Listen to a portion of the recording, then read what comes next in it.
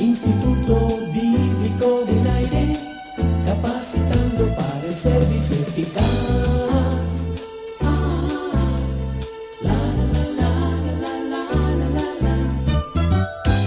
Saludos, apreciable estudiante del Instituto Bíblico del Aire.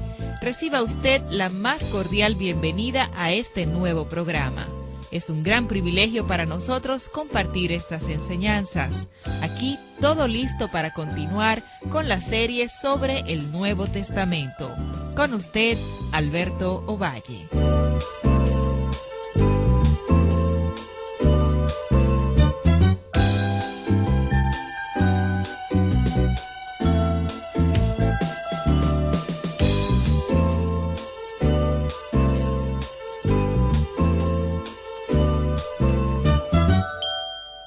Apóstol de Jesucristo por la voluntad de Dios, y el hermano Timoteo, a los santos y fieles hermanos en Cristo que están en Colosas. Gracia y paz sean a vosotros, de Dios nuestro Padre y del Señor Jesucristo. Así comienza la carta de Pablo a los colosenses. Saludos, estudiante del Instituto Bíblico del Aire. Usted puede notar que casi todas las cartas de Pablo y de estos otros apóstoles comienzan pronunciando una bendición sobre la gente a quienes les están escribiendo. Podemos concluir de eso que ha sido una costumbre a través de la historia de la Iglesia y del Nuevo Testamento que los creyentes pronuncien bendiciones los unos sobre los otros. Pablo pronuncia una bendición cuando él escribe su carta a los colosenses sobre los fieles hermanos cristianos en Colosas. Note que su carta a los efesios también era dirigida a los fieles. Las palabras en Éfeso no aparecen en algunos de los mejores manuscritos, así que quizás no era estrictamente para los fieles de Éfeso, sino a los fieles. Esas palabras sí están en todos los manuscritos y habla a un pastor, porque un pastor sabe que en toda congregación hay una minoría comprometida a quienes uno llama los fieles. Es asombroso cómo los fieles siempre están allí, tal vez pocos en números, quizás solo 2 o 3, pero en toda congregación hay fieles, y es siempre esa minoría comprometida la que lleva hacia adelante el trabajo.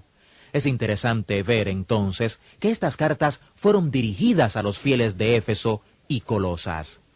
La ciudad de Colosas está localizada aún en el presente, cerca de 100 millas de Éfeso y como a 12 millas de la Odisea. Recuerde que habíamos dicho que la iglesia de Éfeso era probablemente la iglesia madre de esas iglesias mencionadas en Apocalipsis capítulos 2 y 3.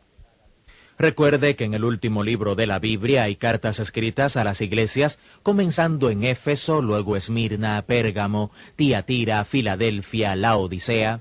Bien, se cree que todas esas iglesias salieron de la iglesia en Éfeso y que fueron producto de seminarios que Pablo tuvo en Éfeso. Él enseñó por 2 años, 6 horas al día en la escuela de Tirano, y mucha gente piensa que como resultado de ese ministerio de enseñanza surgieron estas iglesias. Es posible que esta iglesia colosense era parte de ese grupo de iglesias satélites que crecieron y salieron de la iglesia de Éfeso. Pablo le escribe a esta gente en Colosas y es obvio, por el contenido de su carta, que nunca había estado allí. Nunca les había visto cara a cara, pero él conocía a algunas personas de allí. Pablo pasó mucho tiempo en lugares como Éfeso, donde la gente estaba siempre yendo y viniendo. Éfeso era un puerto de mar cuando Pablo estuvo allí. En la actualidad, a causa de la erosión y todo tipo de cosas, está a millas de distancia de la costa.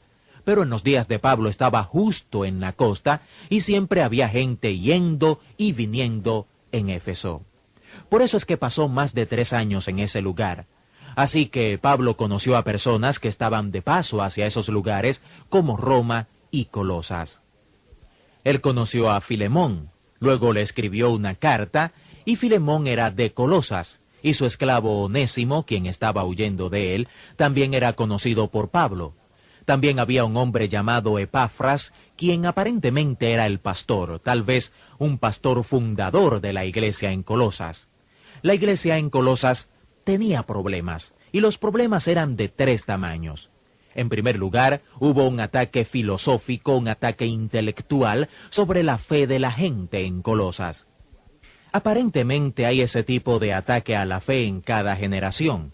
Ciertamente lo tenemos en la actualidad, así que Pablo le escribirá en esta carta a los colosenses: no dejen que nadie les dañe con filosofía, porque eso era lo que estaba pasando a los convertidos allí en la iglesia de Colosas. El ataque filosófico a la fe estaba allí. Luego estaba el legalismo. Ese era el problema que parecía estar plagando a Pablo donde quiera que iba. Ese fue el gran problema en Galacia. Y habían judíos en Colosas que estaban tratando de embarcar a la gente en Colosas en un viaje legalista. También habían personas que estaban metidas en los fenómenos psíquicos. Los fenómenos psíquicos siempre han interesado a la gente. Usted siempre tendrá una multitud a su alrededor si va a demostrar algún fenómeno psíquico. La gente tiene un interés natural en eso. Y mucha gente piensa que cualquier fenómeno psíquico es Cristo, que cualquier cosa espiritual es el Espíritu Santo y que la parapsicología, comunicarse con los muertos, cualquiera de estas cosas que demuestra fenómenos psíquicos o espirituales, es de Dios o que es del Espíritu Santo. Y por supuesto, este es un interés natural en los fenómenos psíquicos. Había gente así. Veían visiones y estaban metidas en experiencias místicas, adoración de ángeles y todo lo demás. Estos problemas, que vinieron en 3 tamaños, aparentemente eran mucho para Epafras, un joven que probablemente era más joven que Pablo. Epafras recurrió a Pablo en Roma, y esta es una de las cartas de la prisión que Pablo escribió desde Roma. Efesios, Filipenses, Colosenses y Filemón son consideradas epístolas de la prisión junto a Segunda de Timoteo, la cual también fue escrita desde Roma y desde la prisión. Así que puede ser que Epafras fue a Roma y buscó a Pablo y sus consejos sobre estos problemas de la iglesia de Colosas, y esto motivó la carta de Pablo a los colosenses. El tema de la carta de Pablo a los Efesios fue la iglesia de Cristo. Efesios es la obra maestra de Pablo sobre el tema de la iglesia. Colosenses es la obra maestra de Pablo sobre el Cristo de la iglesia. Y la razón por la que esta carta enfatiza al Cristo de la iglesia es porque parte de este ataque filosófico a la fe en Colosas era un ataque a la deidad y persona de Jesucristo. El asunto que tenían en Colosas era algo así. Una criatura produjo a una criatura que produjo una criatura que produjo otra criatura que eventualmente produjo el universo. Y en alguna parte de todo este esquema de la creación que ellos tenían, metieron a Jesucristo e hicieron a Jesucristo mucho menos de lo que los credos lo llaman, muy hombre de hombre, muy Dios de Dios. Era un ataque a la deidad de Cristo, al hecho de que Él era Emmanuel, Dios con nosotros. Evidentemente nosotros también todavía tenemos ese ataque sobre la fe. Hay muchas personas que no creen en la deidad de Jesucristo. La deidad de Jesucristo está claramente enseñada en las Escrituras, y más claro está en la carta de Pablo a los colosenses. Esta es la manera en que el Espíritu Santo parece producir estas obras maestras en la vida y ministerio de Pablo. Esos pícaros corintios tenían todo tipo de problemas y por eso obtuvimos una obra maestra de teología pastoral, y los gálatas tan legalistas, y por ellos obtuvimos una obra maestra que refuta el legalismo. Parece que ningún problema, ningún profeta. Esa era la regla en el Antiguo Testamento. Y en el Nuevo Testamento, si no hubiera estado Pablo, no tuviéramos estas obras maestras salidas del corazón del apóstol. Hubo un ataque a la persona de Cristo en Colosas, y por eso es que Pablo, a través de su pluma inspirada, nos da esta obra maestra sobre la persona de Jesucristo. Ese es el tema en esta carta. Y usted encontrará en esta carta que Pablo no solo enfatiza la deidad de Jesucristo, el hecho de que Él era muy Dios de Dios, sino que enfatiza cosas como esta. Si usted tiene a Cristo, usted lo tiene todo. Si usted pierde a Cristo, lo pierde todo. Él enfatiza la suficiencia total de Cristo. Cristo es suficiente y Cristo es todo lo que usted necesita. Él enfatiza la preeminencia de Jesucristo. Las dos palabras que ciernen el mensaje de la Biblia una y otra vez hasta su esencia son Dios primero. Jesús dice ser Dios, y una de las maneras en que Él reclama esa deidad es que Él demanda la lealtad que solo es dada a Dios. Las Escrituras dicen Dios primero. Jesús dijo que Él tenía que ser primero. Recuerda en Lucas capítulo 14, Él dio ese gran reto sobre convertirse en un discípulo suyo. Él dijo que si no se estaba dispuesto a ponerle en primer lugar delante de su propia vida y tomar su cruz y seguirle, no podían ser sus discípulos. Y Él dijo, si usted no está dispuesto a ponerme primero delante de padre y madre, hijos, cualquiera, usted no puede ser mi discípulo. Y dijo que aquel que no estuviese dispuesto a dejar todo lo que tuviere, no podía ser su discípulo.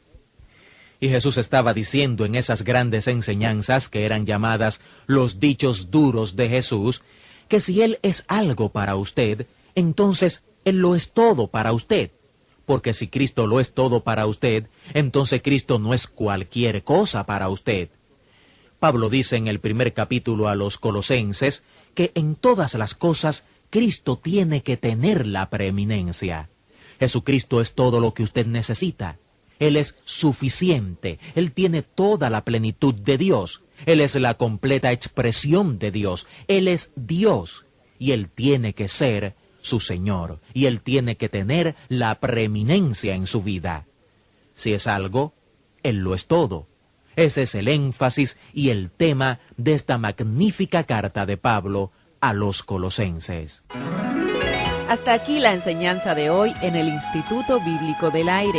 Esperamos que lo aprendido sobre el Nuevo Testamento en esta lección les sea de mucha ayuda. En nuestro próximo programa continuaremos con esta serie de estudios. Entre tanto, confiamos que nos escribirá para dejarnos saber en qué forma este programa es de bendición a su vida. Tenemos disponibles materiales que acompañan esta serie de estudios. Esta es nuestra dirección: Instituto Bíblico del Aire, apartado 2805, Miami, Florida, 33265, Estados Unidos. Y el correo electrónico iba@transmundial.org. Dios le bendiga y hasta nuestra próxima clase. Instituto Bíblico del Aire, capacitando para el servicio eficaz.